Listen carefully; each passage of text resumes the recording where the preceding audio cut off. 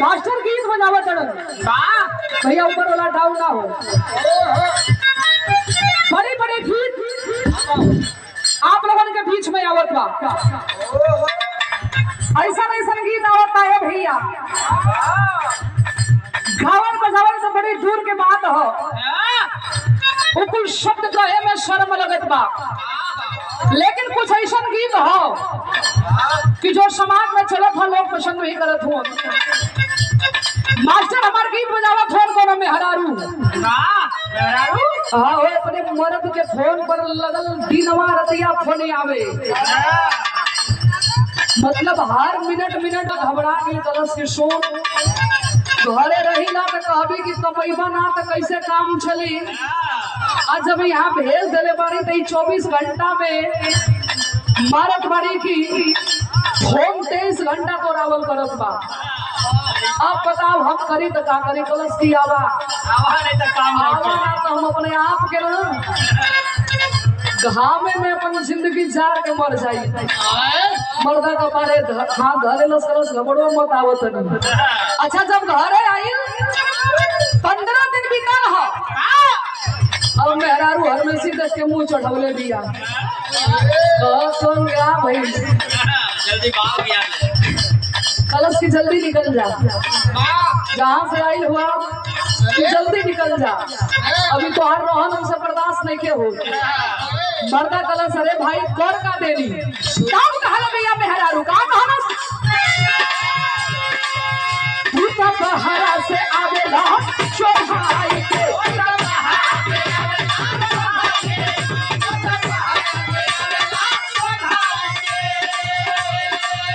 रोज तोड़ देला हमारा भाई के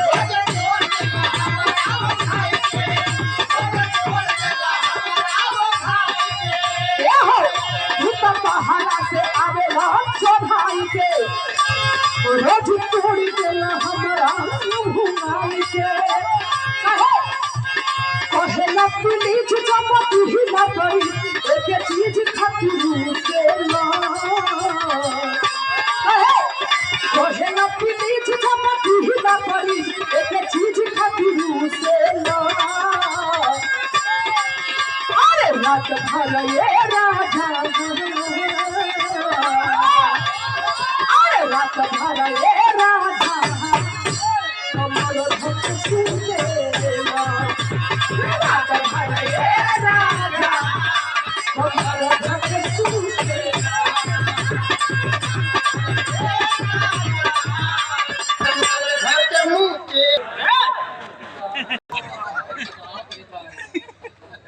महेंद्र भैया का कंपनिया में कहीं भर्ती करावे कोई का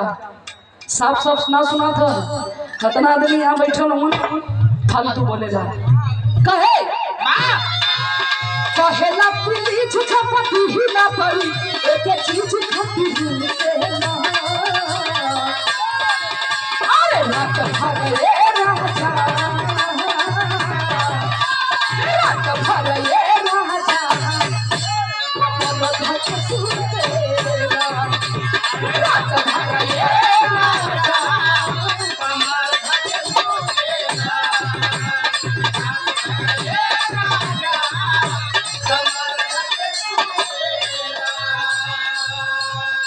एक लाइन में हरारू और कहे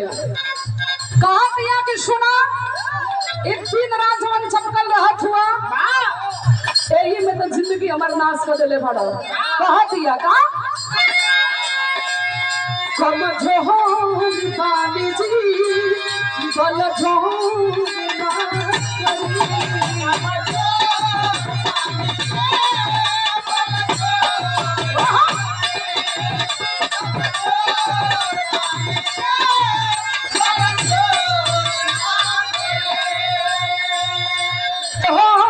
पानी जी बल जो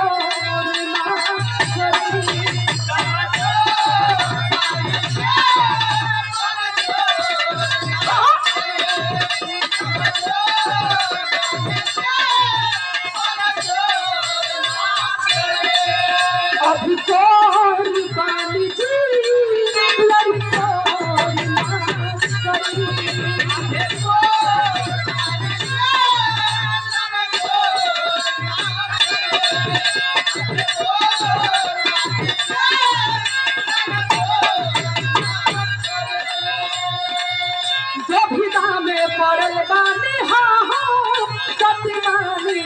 राजा जी जो भिदा में पड़ल बानी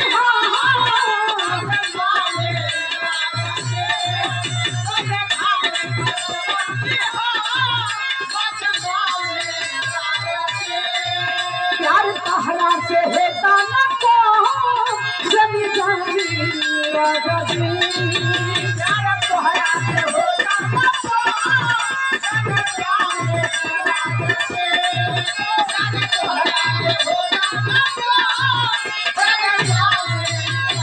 जो भिदा में पड़ल बानी हाँ सतनामी राजा जी